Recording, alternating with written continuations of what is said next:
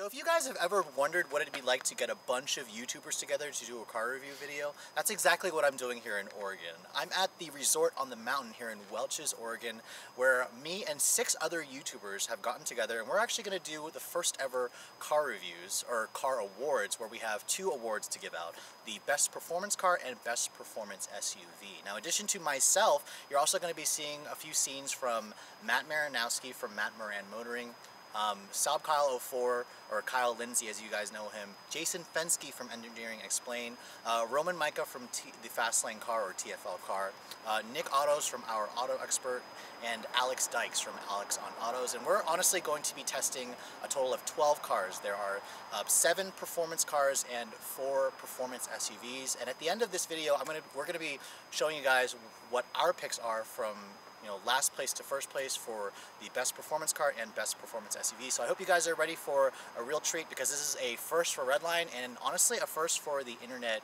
car review YouTube scene. So as you guys can see, I actually just arrived at the Portland airport, and I had 2 vehicles that I had to drive back. You guys are obviously familiar with the Lexus LC500. That's one of the best performance cars that's up for nomination. And then over here is the 2017 Mercedes-AMG GLC Coupe, the 43 model. That's one of the vehicles in the running for the best performance SUV. And honestly, both of them have been a real treat, but you guys are really, this is just the tip of the iceberg, because we have a ton of really cool cars to show you guys later in the video.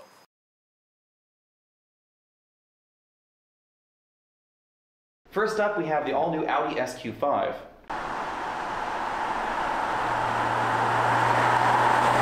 The Volvo XC60 T8. The GLC 43 AMG.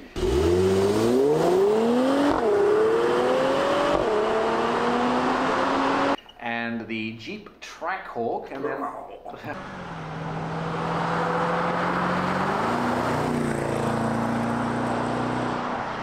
So Nick, tell us what cars we had for the performance car category. All right, let's start off naming the cars that we had as contenders. A lot of people were invited. These guys decided they'd like to participate this year, and so we started off with the Rolls-Royce Black Badge Ghost and the BMW M550i xDrive, The Honda Civic Type R.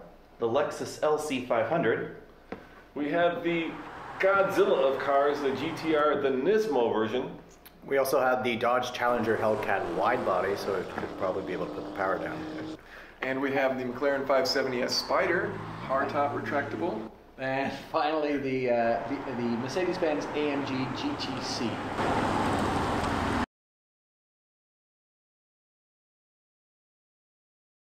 Let's go to the scoring. We didn't explain the scoring, so we're going to have to do that, right? Yeah, I'll explain the scoring. We have 100 points. Half of them are assigned by us and half of them are calculated mathematically. We can assign 25 points per category. The 4 categories are fun to drive and style. Those are the points that we can assign. And the ones that we can't assign that are assigned mathematically or calculated are performance and value. Now, Alex, you're the math guy, so why don't you explain how we calculated the objective numbers, not the subjective numbers, which are fun to drive and style, that we got to assign. Basically what we did was we took the base MSRP of the models that we were looking at, and we made sure that we were choosing the models that had the horsepowers that matched what we were actually driving, of course. And then we divided the number of horsepower we had by that dollar amount, and then ranked them from 25 points on down. Then we took the 0 to 60 times quoted by the manufacturers and did basically the same thing. Yeah, and then for fun to drive and style, we got to assign those points. So the most fun to drive car, of course, got 25 points and so on down the line, and same thing for style. Let's start with Alex. What do you think was the most stylish? I think the Volvo was the most stylish. I was really torn between it and the Mercedes, but ultimately I think that the overall design is just going to age better. It's also a little classier inside and out, I thought, than the others.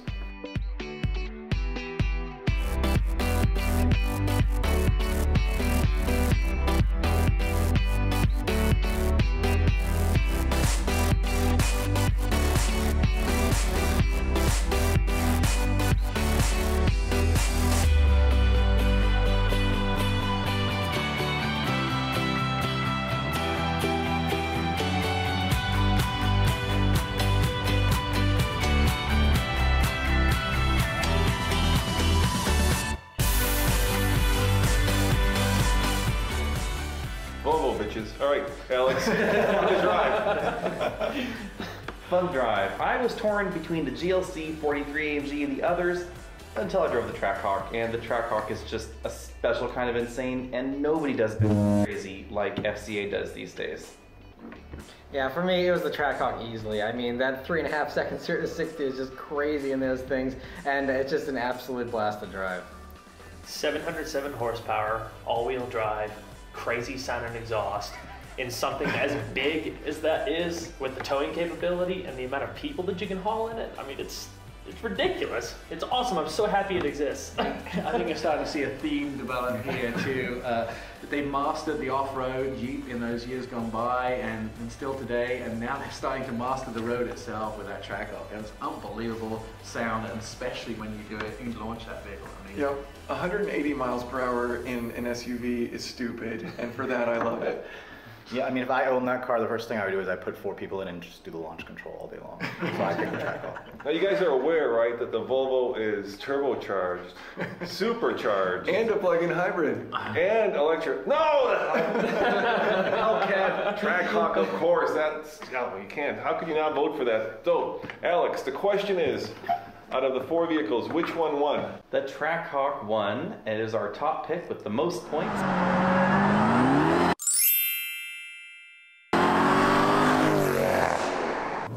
Let go. Oh God. Oh my God.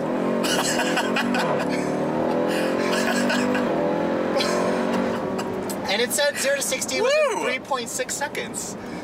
Oh my heart. It's racing so hard. That was fantastic. Look, we have to do it again, don't we? Hell yeah. Yeah. We're gonna do it like one more time just because we can.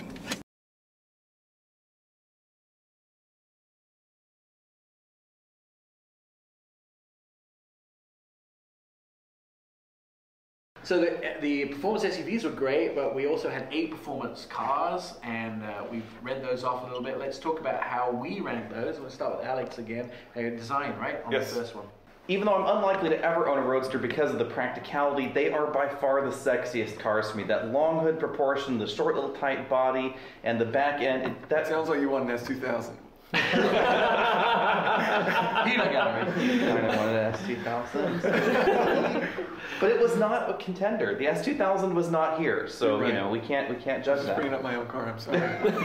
Stop talking. Even though I'm unlikely to ever own a Roadster, I really love Roadster proportions. That long hood, the tight body in the back. There's just nothing as good looking in this lineup for me as the Mercedes-Benz GT.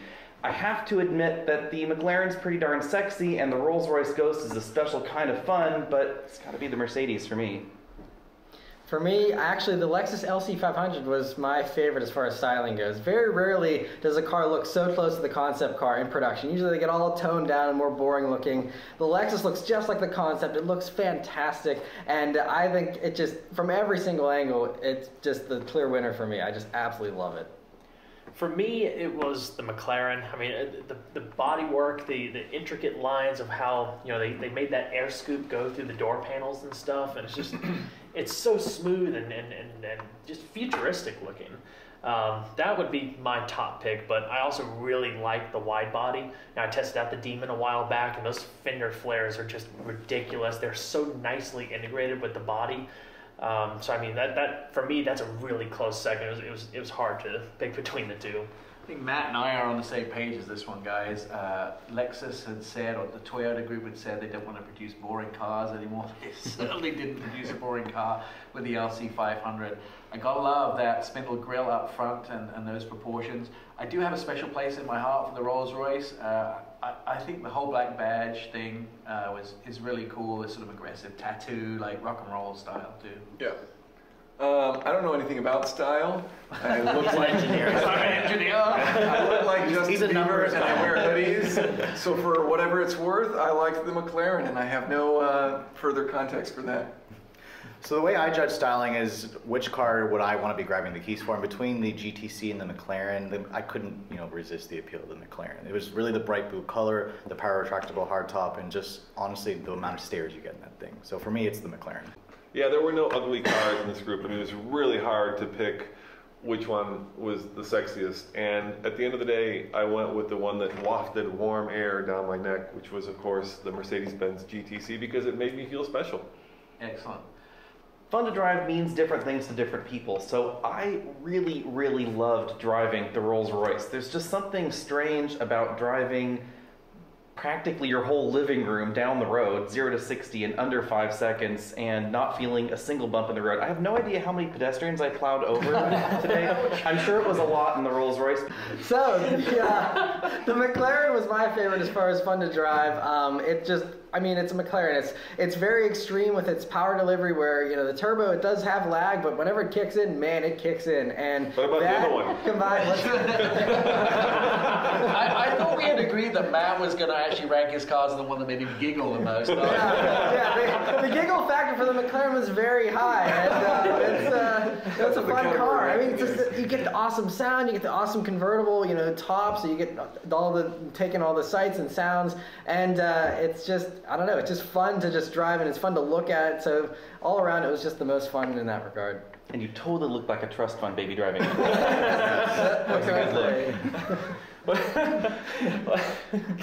Well, I'm in complete agreement with Matt. The McLaren was it for me. It was the most fun. A supercar is something very special anyway that not a lot of people get the chance to do so. So one, you got to feel fortunate, to have that opportunity. But two, it's the driving experience. You just feel so connected and so responsive, but it still rides really good. It's not as harsh as you might think for such a high performance car. And I don't know, it's amazing. I think when I look down that list of cars, I'm sure everyone's going to agree with me, there was really no horrible drivers in there. They were all absolutely amazing. Of course, they're performance cars, but you look at the prices and you look at, there was a difference between like $380,000 between that Rolls-Royce and the Civic Type R, and they still were both really fun drives as well. But I think that GTC for me is just absolute phenomenal. Great piece of German engineering. I really found that great.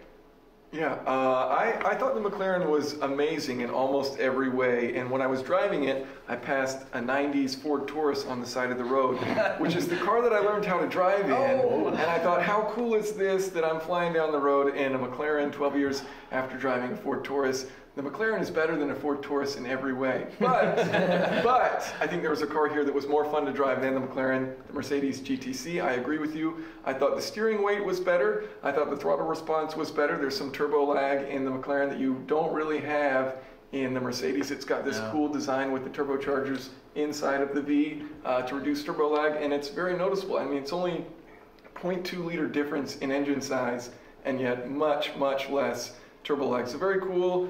Shift speed was great. The only thing I didn't like about it was the seats were a little firm, but from a driving perspective, the GTC is what I love. I find it amazing because we're talking about fun to drive and Jason starts to throw numbers out. He's the engineer, that's why. Yeah. This one I had things to say, style, I'm worthless. So for me, fun to drive really came down to two vehicles. It was the McLaren and the GTR Nismo. And honestly, I wanted to pick the GTR because of the launch control and how brutal it was. Oh my God!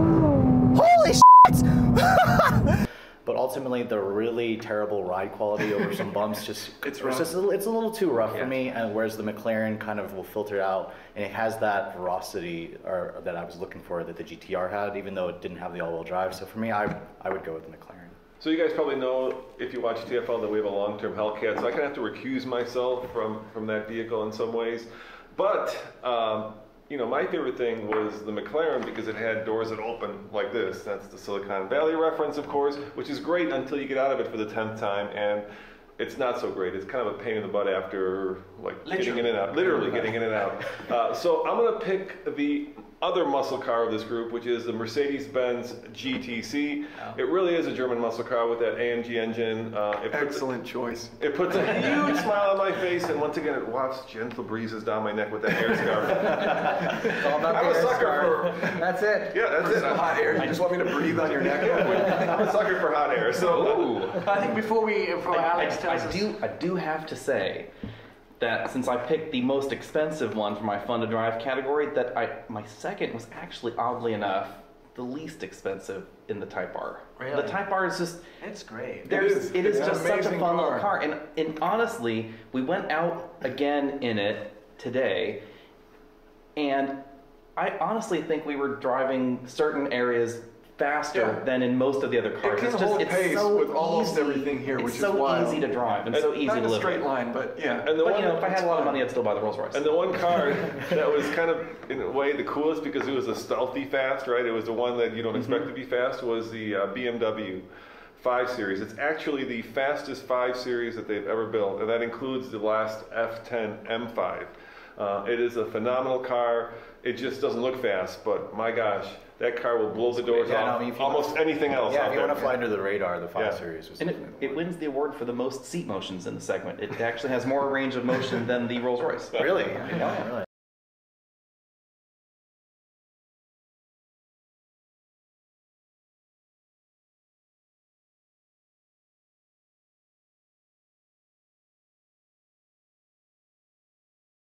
If you guys all come back, or we'll do it together. So Nick, which one won? It's Alex. Alex has the results. Go on, Alex, tell us. You're the math guy. And it's the AMG GTC.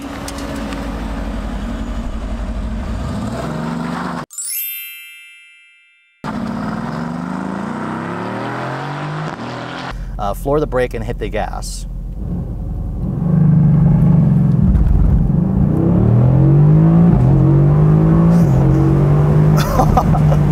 Oh yeah. So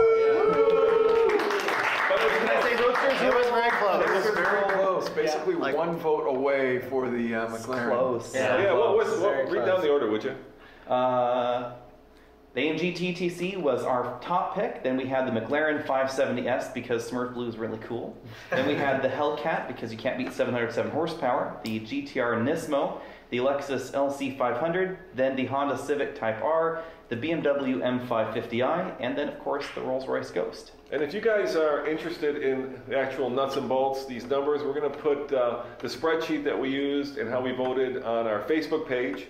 So they'll be available for you to see, and then you can, see if we're crazy or see if we're on the same page as you. Right, Nick? 500 million people a year cannot be wrong. That's got to be right. Thanks for watching our very first AVA Awards, and we will have more awards coming up in the next year or so, and keep checking the Facebook page, and keep watching our videos, because otherwise, we don't eat. I don't eat. You obviously don't eat anyway.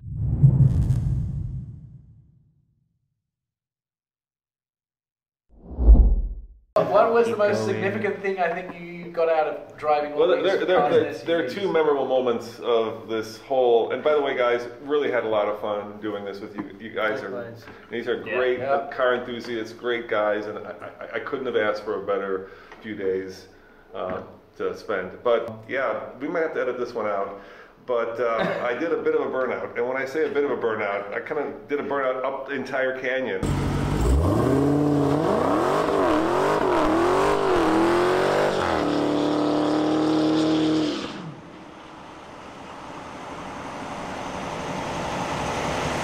And I left so much smoke in the Hellcat that this Prius, Ian was filming it, Prius pulled up and they thought that there was a forest fire.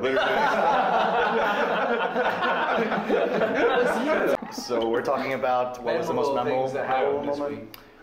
Other than hanging out with 6 other incredible YouTubers and car enthusiasts, I have to say the most memorable thing for me was just the amount of filming that we got done, or at least for myself. Like I managed to film 8 cars during this entire time, which I did 6 yesterday, and that was just mentally exhausting. I think everyone can kind of agree that. I mean, we had about 2 hours with each car, which sounds like a lot of time, but it's not. Yeah, you guys probably, some of you may not have an idea how much work goes into all these videos. For a lot of the cars too. Yeah, some of them were an hour, and I know some of us went a little over on time. I may have been one of them. I don't know. But yeah, no, that was definitely memorable. But it's really important, and we all do this for you guys, basically, to bring you guys all this content.